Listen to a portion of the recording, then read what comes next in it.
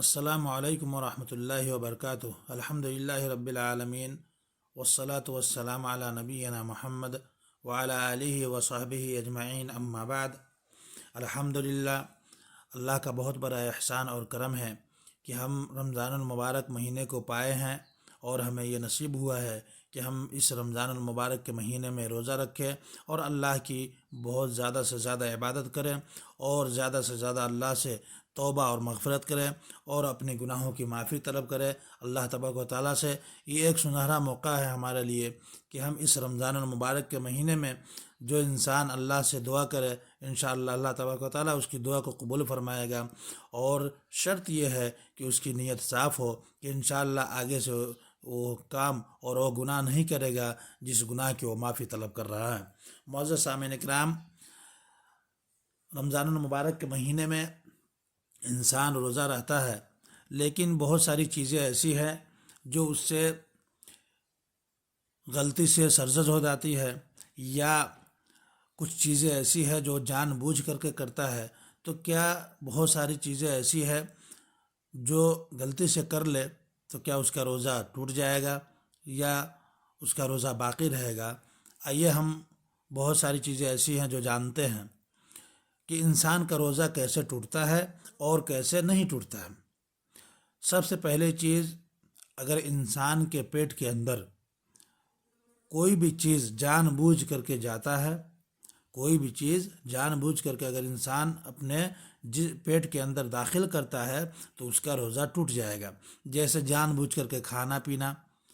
آپ کو پتہ ہے کہ آپ روزہ ہے لیکن کھا پی رہے ہیں تو آپ کا روزہ ٹوٹ جائے گا۔ لیکن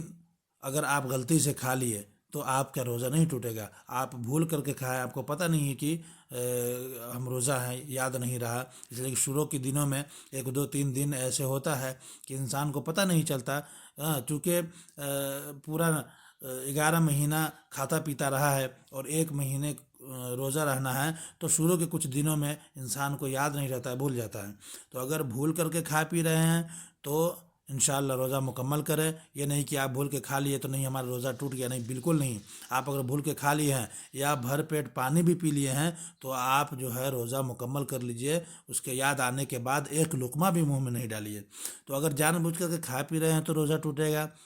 یا کسی بھی طریقے سے اپنے جسم کے اندر غذا پہنچا رہے ہیں، چاہے وہ ناک کے ذریعے ہو یا کان کے ذریعے ہو یا اور کسی بھی طریقے انجیکشن کے ذریعے ہو، اگر آپ اپنے آپ کو طاقتور بنا رہے ہیں سوئی لے کر کے یا دوا کھا کر کے، سوئی لے کر کے، یا اور کوئی طریقہ ایسا ہو جو آزما رہے ہیں آپ اور غذا لے رہے ہیں جسم کے اندر آپ کو طاقت ملے، تو وہ آپ کا روزہ توڑ دے گی، اس سے آپ کا روزہ ٹوٹ جائے گا، پہلی چیز۔ دوسری چیز یہ ہے کہ انسان جان بوجھ کر کے قے کرے۔ ایک تو ہوتا ہے دھوکے سے قے آ جانا، الٹی آ جانا کسی وجہ سے، ایک ہوتا ہے انگلی ڈال کر کے منہ کے اندر، یا اور کسی وجہ سے الٹی کرنا، یعنی جان بوجھ کر کے آپ یہ کر رہے کہ بالکل آپ کو پتہ ہے کہ ہم قے کرنے جا رہے ہیں تو آپ کا روزہ ٹوٹ جائے گا، لیکن آپ کہیں گئے، کوئی بدبو سی چیز آپ کے ناک کو گئی اور آپ سے الٹی ہو گئی تو انشاءاللہ روزہ مکمل ہوگا۔ لیکن اگر آپ جان بوجھ کر کے منہ میں انگلی ڈال کر کے، اسی لیے کہا گیا ہے کہ رمضان المبارک کے مہینے میں اگر آپ دن میں روزہ ہے تو روزہ کی حالت میں بلکہ وضو کے دوران بھی آپ منہ میں انگلی نہ ڈالیں، حالانکہ اور دنوں میں اچھے سے انگلی ڈالنا ہے اور اچھے سے مزمزہ کرنا ہے، اچھے سے کلی کرنا ہے، لیکن رمضان کے دنوں میں یہ کہا گیا ہے کہ بہت ہی احتیاط کے ساتھ کلی کیا جائے تاکہ آپ کو قے نہ آئے۔ لیکن اگر جان بوجھ کے آپ کرتے ہیں تو آپ کا روزہ ٹوٹ جائے گا۔ تو جان بوجھ کے کھانے پینے سے، جان بوجھ کے قے کرنے سے آپ کا روزہ ٹوٹ جائے گا۔ اسی طرح رمضان میں اللہ تبارک و تعالیٰ نے رمضان کے دن میں اور بیوی سے ملنے کو منع فرمایا ہے۔ آپ رات میں ملیے، اٹھیے، بیٹھیے، سوئیے، لیکن دن میں آپ کو منع فرمایا ہے اور دن میں بالکل جائز نہیں ہے۔ لیکن خدا نخواستہ کوئی اگر مل لے رہا ہے تو اس کا روزہ ٹوٹ جائے گا، اور اس کے بدلے اس کو روزہ بھی رہنا ہے، اور روزہ کے بدلے ایک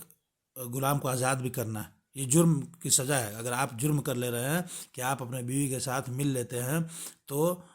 ہم بستری کر لیتے ہیں، تو یہ جرم کی سزا ہی ہے، یہ کفارہ یہ ہے کہ آپ رمضان کے بعد جو ہے روزہ بھی رکھیے اور ایک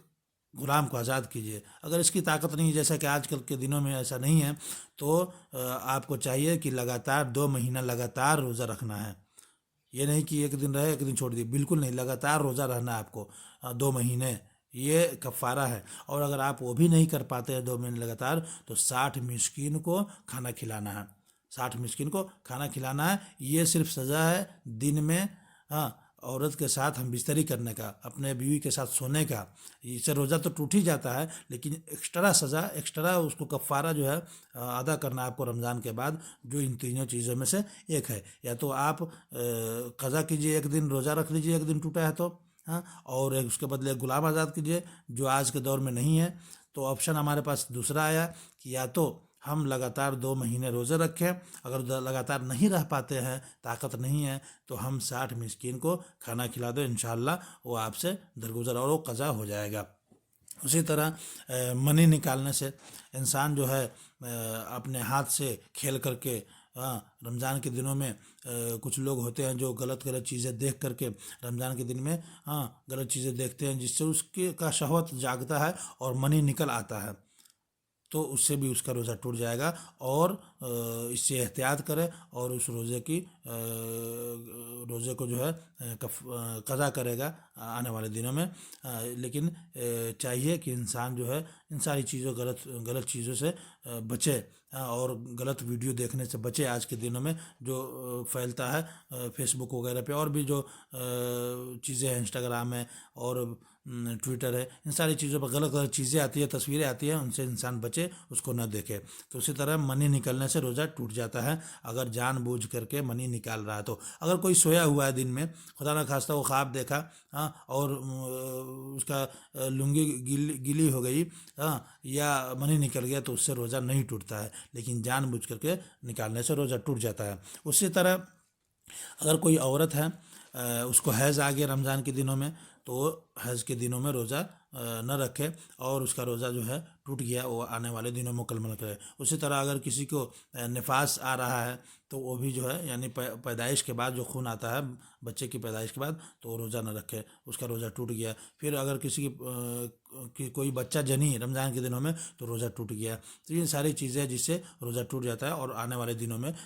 اس کو قضا کر لگی۔ اسی طرح اگر کوئی روزہ ہے اور وہ پاگل ہو گیا، تو روزہ ٹوٹ گیا۔ جب وہ صحیح ہوگا تو روزہ مکمل کرے گا۔ یا کسی پہ غشش طاری ہو گئی، اگر غشش طاری ہوئی، جیسے